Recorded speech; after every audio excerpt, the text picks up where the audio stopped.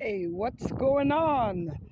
TGIF. Thank God it's Friday, but I'm always thanking God for every day. I know you can recognize this building behind me.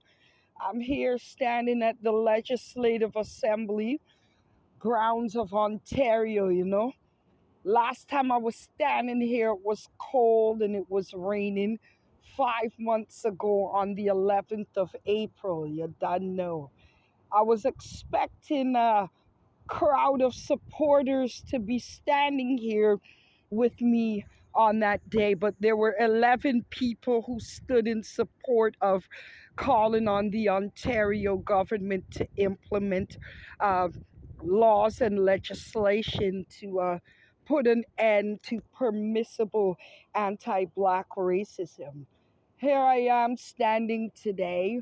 Um, no crowd behind me because this was an unplanned random visit to the Legislative Assembly grounds of Ontario. And I'm getting ready. We are getting ready because a national coalition has been formed. It's called the Coalition to Abolish Anti Black Racism in Canada. And we're getting ready to unite various organizations, including Black People United for Change, the Ottawa Transformative Justice, the African Diaspora News Channel. We have doctors that will be speaking, various organizations. We are planning to gather on the Hill in Ottawa, the Parliament Hill, to amplify our voices and demand change in legislation to abolish and also eradicate anti Black racism in Canada. So, the four key elements we'll be focusing on is to stop criminalizing mental health for Black Canadians, to remove the inequities contained in the Employment Equity Act. You don't know. Also, to put real justice in the Canadian justice system, and to ring the bell for inclusion, diversity, and the removal of marginalization in our Canadian education institutions. So, from the Legislative Assembly grounds to Parliament Hill, I'm hoping you guys will be there and stand with us. If you can't be there in the physical, then say a prayer. But it is time that we stand together as one. I'm not saying just Black faces, but every Canadian who believes in justice, you're welcome to be there and stand with us. So it started off with 11 people right here on these very grounds a few months ago, and we've taken it up another notch straight up to the House of Commons.